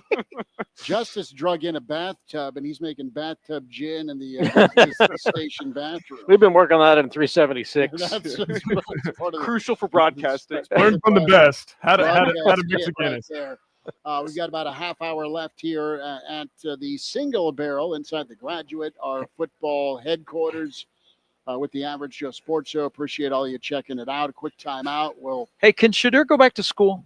That's what I'm saying. With this new JUCO ruling, he probably could, Gary. That's the thing. I think though, with him declaring, it would take a lawsuit, because as the rules stand right now, you can't declare and come back. But that's an antitrust lawsuit waiting to happen if he goes. I've been saying What's the Prime family estate spending on lawsuits at the moment? If he doesn't get drafted, Wouldn't he try and go back to Colorado? That's what I say. The rules would say no, but I think a judge would probably say yes. Well, the rules said no, you couldn't do junior college, and Pavia figured that out, and so there you go. So why not? We have. You make $5 million a year next year in Boulder. We have two men in front of us that are very apt at solving problems and creating peace. And people are saying Snitley boys are here, part of the Boulder Peace Treaty. Maybe they could help broker something with Shedeur in the NFL. And there is an argument. People saying he never hired an agent. No, that doesn't. No, that doesn't matter. The agent thing doesn't matter. The declaration for the draft. It's not like the NBA. With college basketball, the NBA, you can declare and remain in the ranks of college athletes. Yeah, but part of that was though back 2-3 years ago was you declared and you could start making money. You could start getting paid by your agent. You could start getting paid to work out. You got free workout facilities and all that. That's all that was to prevent being somebody giving you some type of compensation. That was the declaration. Yes. Now they're making more. He would make more money working out with a T-shirt that says Legendary Gym or Average Joe's Gym or whatever than by going and being a backup quarterback in the NFL at this stage. I say, Dion, get the attorneys and blow it all up. Hey, you can go to the Colorado football Twitter account and they have 10 minutes of Shedeur highlights. Yeah. They did not pick the most NFL throws for that highlight reel. I went and watched some of those. And he's made some NFL type throws in his career. There was not many to find on that highlight reel. Yeah. Dion, call me. I'm there for you. All right. I'm there for Shedeur. Challenge the system. Go back, get your master's degree or your first degree, and just go back to school, go back to college, and make your money and watch what happens to college football with that. Wow. Black Hills Brennan says Shedeur is a modern-day draft dodger. Tommy Hill hopes that Shedeur gets picked because he picked him. Maybe Tommy Hill. Yeah. Hey, I had this. Our good friend Mike Schaefer. I had this discussion yesterday. Remember the morning after the Colorado game and the pick 6 by Tommy Hill. Matt Miller says, I have him 53rd overall on my board, but a lot of people are telling me that he is going to be a first-round lock. Later that day, ESPN put out their first mock draft, and Tommy Hill was in the first round.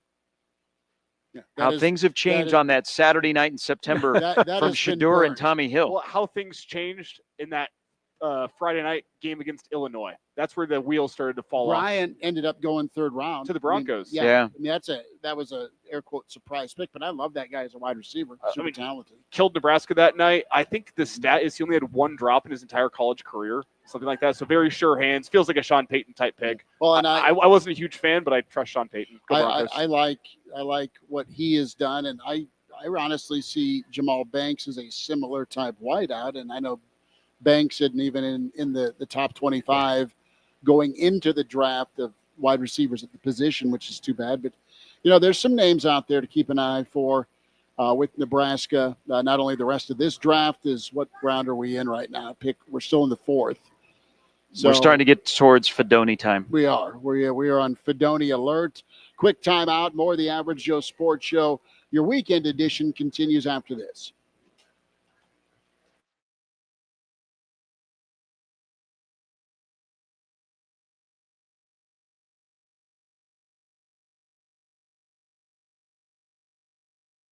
Ready for the hot weather ahead? Get it checked now before you really need it. Call Bryant now to schedule your spring air conditioning service check. No matter what brand equipment you have, Bryant's trained technicians will thoroughly clean, inspect, and test to make sure it's ready to cool efficiently when hot weather hits. Stay cool and comfortable with air conditioning services from Bryant Air Conditioning, Heating, Electrical, and Plumbing. 467-1111 to schedule your AC check. Bryant, whatever it takes. You've got your very own handyman to help remodel your home. All shower doors are on sale. Many sizes, colors, and glass options are on display. Save $30 in April during the biggest shower door sale of the year at Handyman. Culligan has a long history of providing custom solutions to address the area's water worries. Local water issues, including PFAS, arsenic, nitrates, and bacteria, can wreak havoc on your home and health. You can trust Culligan to deliver better water solutions and better service. No one else offers the combination of local expertise and industry-leading technology like Culligan. Contact Culligan for water you love. Contaminants may not be in your water. Make hauling easy with the MWC Park Can Easy Dump. This satellite dumper goes where big garbage trucks can't and can haul everything from trash to yard waste to recycling. The fully automatic Easy Dump fits in the back of a standard pickup truck, so there's no need for a CDL license. Perfect for alleys, gated communities, condos, parks, anywhere. Come see the Easy Dump yourself at MWC Can in Lincoln, or go to MWC-can.com today. Your home for Kansas City Chiefs football, Lincoln Salt Dogs baseball, and local high school sports. Local and regional coverage can be heard right here on KFOR, FM 101.5, 1240 AM, and KFORnow.com. KFOR. Whoa, not confident with your brakes? Let 6 to 6 Auto Service make sure your brakes are safe, reliable, and ready to go. Right now,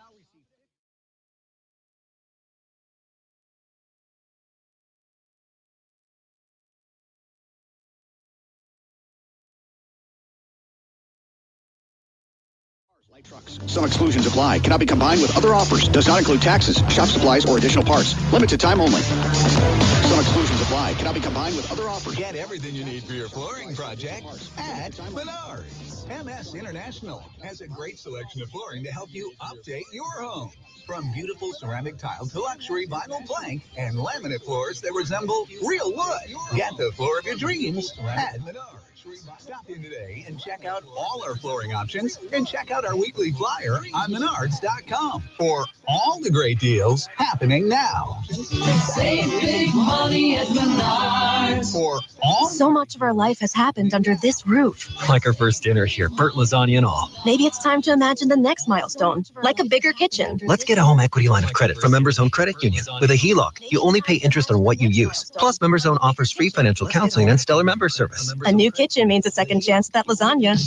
Under your roof, dreams come true. Get a home equity line of credit and fund life's big moments. Learn more at membersowncu.org/dreams. Limitations apply. Federally insured by the NCUA. Equal housing lender. Spring in Nebraska. Freezing cold one day, uncomfortably hot the next. While others are complaining about the weather outside, the temperatures inside your house will always be comfortable because you call Patriot Plumbing, Heating, and Air for a $98 spring AC tune-up. Don't risk being uncomfortable. Call Patriot Plumbing, Heating, and Air at 402-464-7411 for exceptional service at reasonable prices. You can also reach us at patriotlincoln.com. Take the wheel and take control of your auto insurance premium with a Drive for Less program from Battle Creek Insurance. When you drive safe, all roads lead to a lower cost on your auto insurance. Simply track your driving habits with your Battle Creek mobile app, and you can save up to 30% on your premium.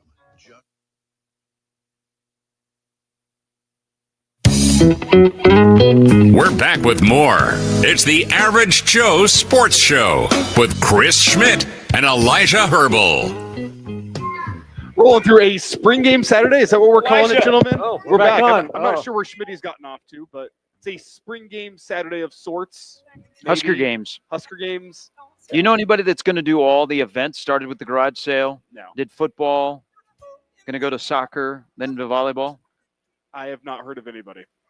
I mean, what?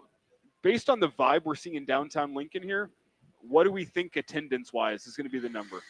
Because there was probably a few thousand people in that line going to the equipment sale. Schmidt, I'll get out of your way here. 10? You were number 800. Do we think we see 10,000 in the stadium today? Yeah, I think. The weather's so, like most of these games are also predicated by the weather for walk-up. The weather's not bad. I mean, it's a little overcast day, but it'll be 60. Yeah. So I got a quick question for the room. When did Kansas volleyball steal the bus from Major League? Oh, that's their bus there? I thought there was a musical group in town. I did too. I don't know. Mercy Me's in town, yeah. Yeah, I think that's probably their bus. Okay. It still looks throwback, dare I say. Reminds me of my days in minor league hockey. Yeah. When you travel on something like that. Right. Yeah. Yeah. Hey, it does show you that how powerful and how big and how successful Nebraska volleyball is, that is the biggest thing today. Yep. That's awesome. And also, have you seen, so you know the experiences that they've been raising money for online? I mean, NIL money, that the signed volleyballs that were also on sale today at the garage sale, but you can bid on. They have raised more money from volleyball stuff than men's basketball stuff. Volleyball is a juggernaut. Mm-hmm. They're so good. They've earned it. It's a state treasure. It's wonderful. Yeah. And it's been the one thing the last couple of decades that's been consistent at championship level, which leads us to Joel Klatt, fellas. And his comments towards Nebraska, his reaction to Xavier Watts getting drafted, and then tacking on this is the reason for the downfall. A kid like Xavier Watts gets out of Lincoln, gets out of Omaha, forgive me, and goes to Notre Dame. This is what's wrong with Nebraska football. I like Joel. We love catching up with Joel during media sessions, during the summer, and guy does a great job. He's been in one part trying to defend and be a part of the narrative with Shedeur and Colorado. The other side has been him and Eisen doing really nice work on the NFL Network, talking about these college players going on to the next level. But I don't know that Nebraska, that was a little bit of a reach for me. Watts leaving to go to Notre Dame is one example where a kid got away and thrived. There's been other kids that have not gone to Nebraska, and I know I kind of laid out some of the Iowa State 500-mile radius thing. Time will tell with this Omaha class going to Ames and see how they perform in the Big 12. But I'm interested with Watts. Nebraska did about everything in their power to get him, aside from telling him what he wanted to hear, playing wide receiver. You're going to play safety. So what did you guys think? How did you take it? Is Klatt just piling on Nebraska, or is there some truth to what he said?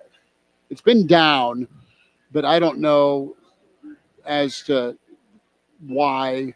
Notre Dame's been in the playoff, and Notre Dame was in the playoff before Watts decided to go enroll there. That's probably the deal maker. The guy wants to go win.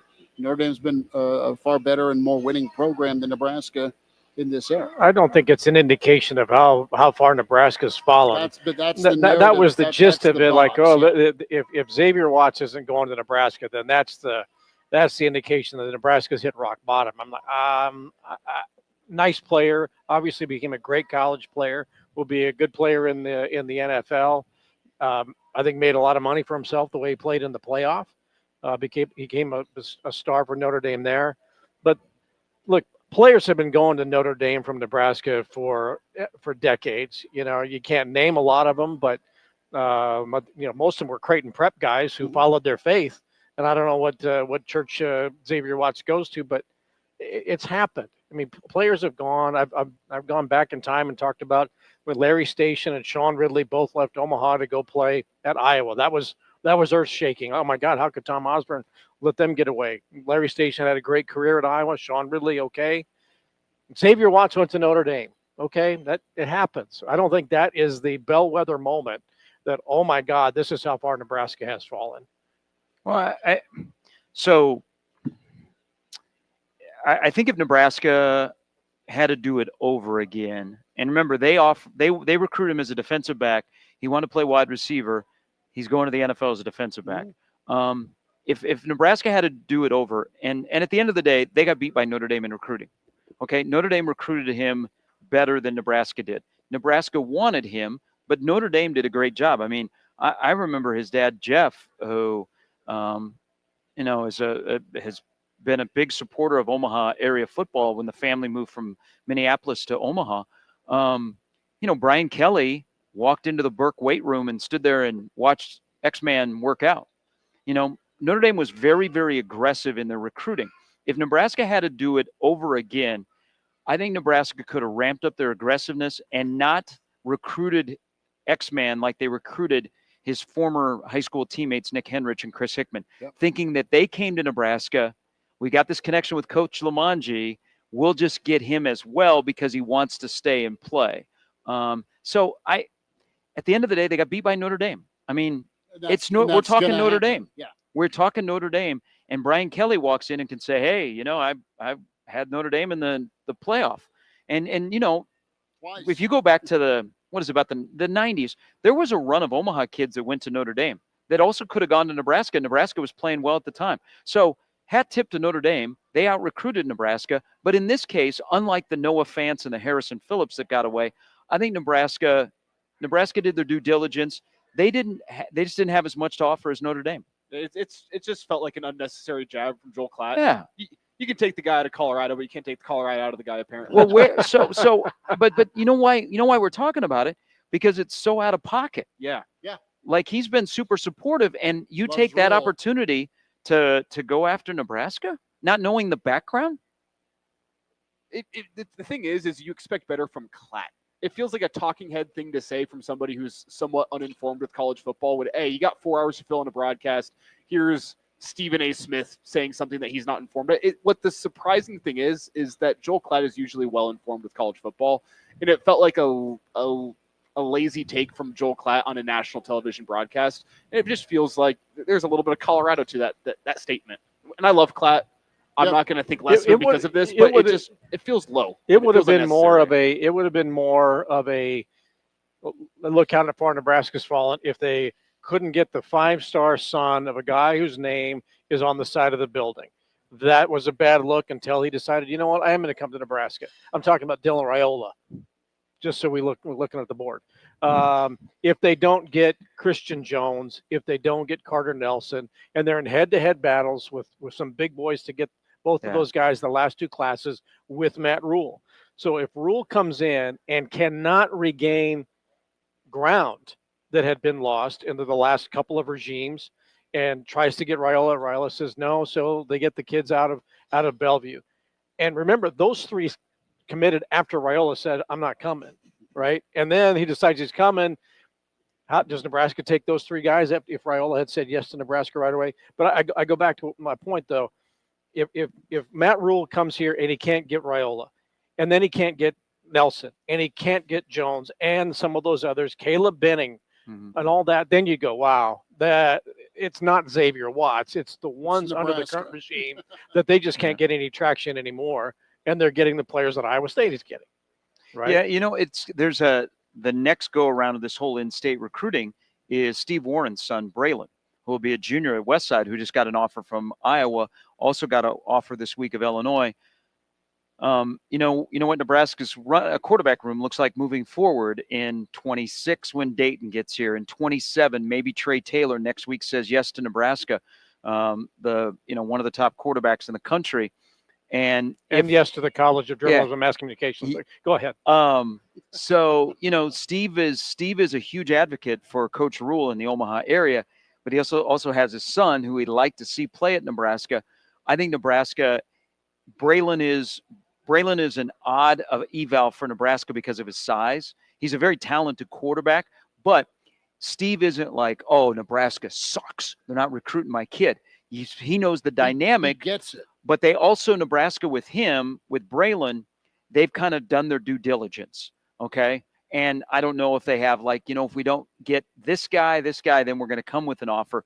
But watch that one, because that'll be the next talking point of a legacy has a kid that's a quarterback in a state that doesn't produce a ton of quarterbacks, and he gets away. Well, but because Dayton is in that class, right? Well, and I've talked, and Braylon's in the class of 27, and then you got Trey Taylor, right? So you got those 2 guys, and they want Dayton. It's not just, well, we're going to take him because he's Dylan's brother. They do like him. They do want him. They do want Trey Taylor. So they've got these guys that are legitimate prospects, and then you also have Braylon Warren. So let me ask you guys this. Let's just move forward with Dylan is only here for 3 years. Is the guy that takes the first snap in 27 going to play today? Better be. Because I want, and I know this is an era of college football that you can't sit and wait, but I'd like to see a return to some normalcy where I've got a quarterback that can sit, can wait, can groom, can develop, and then gets his shot by winning the job. They better have the next quarterback on campus today. Are you including Trey Taylor in that conversation? No. I'm including I'm saying Latif or Davila. It better be one of the two. I don't know that you're going to have both of them here, but one of them needs to stick and stay and be ready to take the torch. One needs to stick and stay and be ready to compete. That's how I look at it. Whoa. I don't think in this era of college football you have guys that wait their turn for 3 years. Well, it becomes the start. They have a chance at it, but what you're going to do if you have the guy that's backup and you don't like the recruiting guys you brought in, they're going to compete. You probably bring in a portal guy to compete. It's the reality of college football.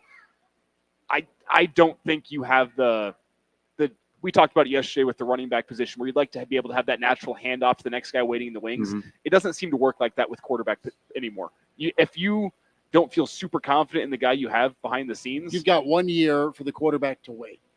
Sure. So wouldn't that be typical? So let's say Davila doesn't play much this year, then that would be basically 2 years that he hasn't played any football. I think Latif is the guy. I can't wait to watch him today. Yeah. And Davila looks good if you go back to his high school film, and the current OC is vouching for him. But I think loves him. I think the baton gets handed off from Dylan to Latif in a couple of years. That's the plan. And then back to Trey, I look at some of the quarterback coaches at offenses that are recruiting him. I mean, they have a history of 4 or 5 star dudes are obvious, but these guys have performed and produced. They've been as good as their rating to come in and win football games for you. But do they have the sports media major? Exactly. But it would be a big win for Nebraska on May 1st if he says yes. But should we get really excited about somebody that's not going to sign for 19 months? That's the amazing thing. At that position? Well, what else you have to be excited about? Well, but I'm talking, that's a long time to wait. Now, it would be a benefit because then you could do some peer recruiting and you'd have a longer runway to peer recruit than you had with Dylan. But that's just, that, in some sports, when somebody makes a commitment, everybody else backs off. Usually in hockey and basketball. Yeah. In football, hell no. That's just a long time to secure a quarterback commitment that's ranked that high. Yeah, it's a fascinating scene with the way the portal is operating, the navigation system of where quarterbacks and just players can hop to. And at some point, you need the pendulum to come back the other way where the grass isn't greener. And I need to put some work in eventually somewhere, not be at my 6th program in my 5th year, and just get down to work and go get better, take some coaching and do some development. I know that's crazy to say, but you're going to need it because you can't just, they're ready, throw them out there and then they fail. They're not good. Their confidence is shattered. And then you're on to the next quarterback and your opportunity is gone. So what are we in the draft? We're still in the 4th round. Yeah.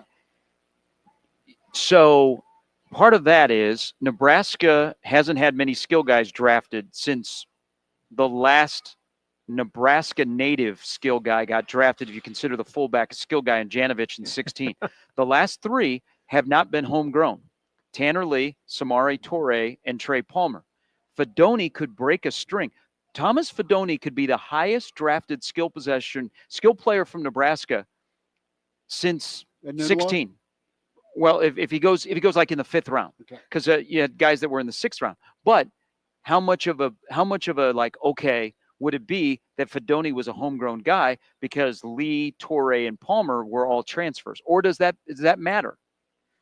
It'd be nice to just get the homegrown parts, nice bonus. It'd just be nice for Nebraska to start putting a couple linemen offensively, defensively into the draft on a constant basis.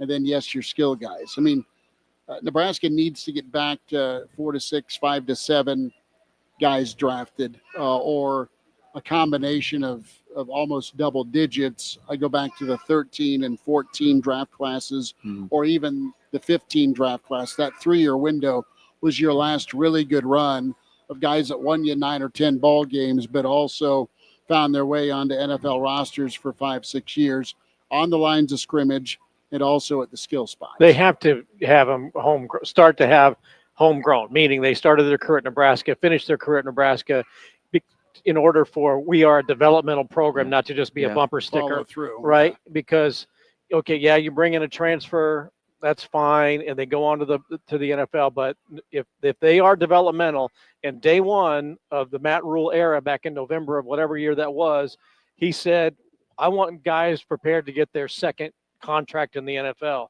Okay, well, that means coming to Nebraska, going through the program, understanding how good you have it here, how much you can make here, maybe not the same money at another institution, but all the bells, whistles, and toys that are afforded to you, and we will develop you into, and I think to a certain extent, even though they didn't bring in Ty Robinson, they can lay claim to, we developed him into the player who was good enough to be a 4th-round pick by arguably the best run organization in football right now, and that's the Eagles, right?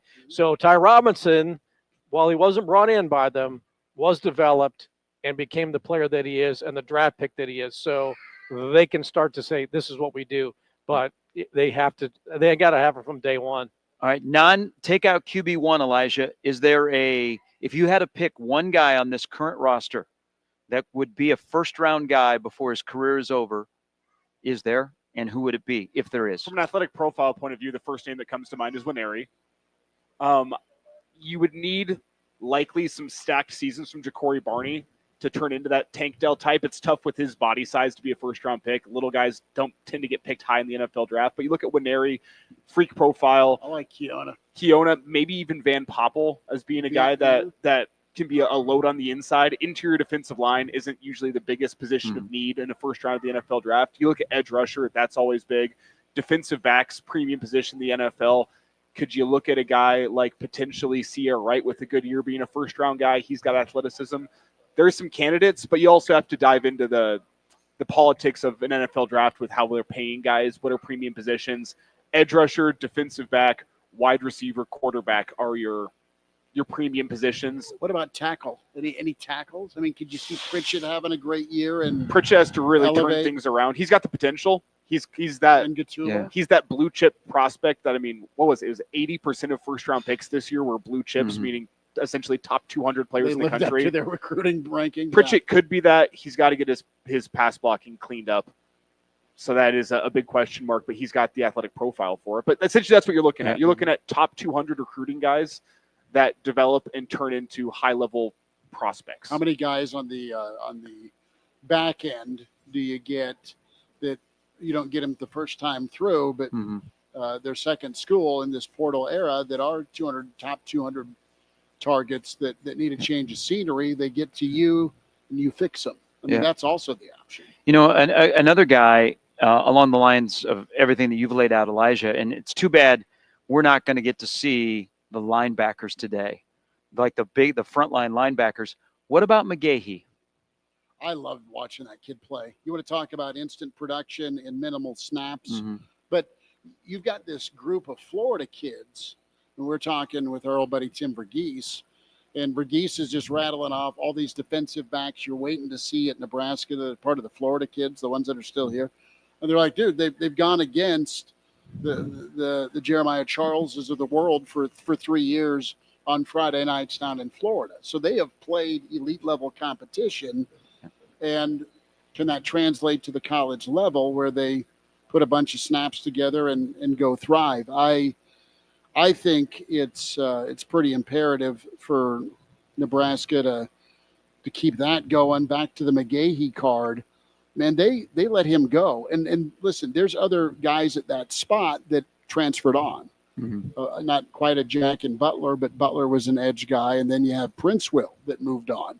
Well, I think you kept the good one. You kept who you needed to keep in McGahee, because he is a guy that wants to get dirty in the run game, but he is just so good. And think about the NFL coaching he's going to get, not only from Bratton, but also his connection with Simpson. Both those guys, he wants to force turnovers and be off the edge. And he did it well. I can't wait for a second-year jump from him. he's big. He could be an MVP. He could be an NFL guy. He's the second half of the season development guy. So going back to developing home run people, he wasn't kind of a day one guy. Shavers made an immediate impact. But if you're looking at a guy who was developed in the program under Matt Rule and getting the playing time when the time is right and then making an impact without being rushed, McGahee would probably be that guy. First half of last season, you didn't talk much about him, and then as the season went on, Ohio State. He kept popping. You kept seeing him out there. You kept seeing him out there more and more. Maybe he was overshadowed a little bit by Shavers, who I think is a fantastic player. But McGahee might be that guy where you go in the system with what Rule wants to do, and you're right. And I think the Braden move got those guys on the D line excited. Like, wait a minute, we got the guy from the Chiefs who's been there for 7 years with Chris Jones. You know, even though he wasn't the main defensive line coach, but still, I think that has probably energized that group quite a bit. And with Butler and the NFL ties, those guys might stick around longer so that their names are getting called on draft day. One more name, the guy that's above McGahee, who we haven't talked about, Deshaun McCullough. I'll be curious to see. I know he wouldn't be a homegrown, home developed, but Nebraska is moving him back to a position where I think he feels more comfortable, what he thinks is more his natural position, going from off ball to on ball. Be curious to see what he does as an edge rusher. Another guy that we're not going to see, but he's got that blue chip history. He's got the athletic potential. He's got to put it all together, move him back to his natural position. All right, that'll wind us down here for the weekend edition of the Average Joe Sports Show. If you're on your way down to the stadium for the Husker Games, do it. As Kobe let us know that, no McGahee today as the rosters are out. A lot of fun. No Ives. Are you going to order that steak now or later? Now. Okay. Show's wrapping up. Take it out of the wallet now. I like a ribeye rare. Yeah? All right. Take a picture for you. Justice has volleyball tonight. Yep. Karen, you. Love it. Listen to Justice Rhody. I'm going to march onto the stadium for a bit. It is senior prom for junior tonight. All right. So we have prom pictures. Glad you guys have a date. 5:45. So that is kind of my plan. We'll be back tomorrow for the Sunday. How much that set you back? I don't know, man. Don't know yet. A lot. Better check to make sure that one flask isn't missing too. Yes. This whole alcohol cabinet's been raided. And after prom, Escape Country is going to be fun. Yeah. Why does my bottle of vodka taste so watered down? Did you guys do that to your parents? Never had the guts to do it to my dad. Wasn't a vodka drinker. It was just Jack Daniels, and he had Dobermans guarding them. So I didn't touch his Jack. But yeah, I didn't fill it up with water. That's evil to do to someone's liquor cabinet. Mackay Nelson's going. All right. Bob, thanks for checking in. Sharpie, thanks for coming down, brother. Good All right, bros. We'll talk to you tomorrow. Tomorrow, Sunday live at 10:30. Billy D, appreciate you. All right. Elijah, good to have you. Justice, have a great call. Thank you for hunkering down in studio. And Chris Schmidt with you with the Average Joe Sports Show. YouTube, like and subscribe. Twitter, AJ Sports Radio. And back at you tomorrow on YouTube with the Average Joe Sports Show. Thanks.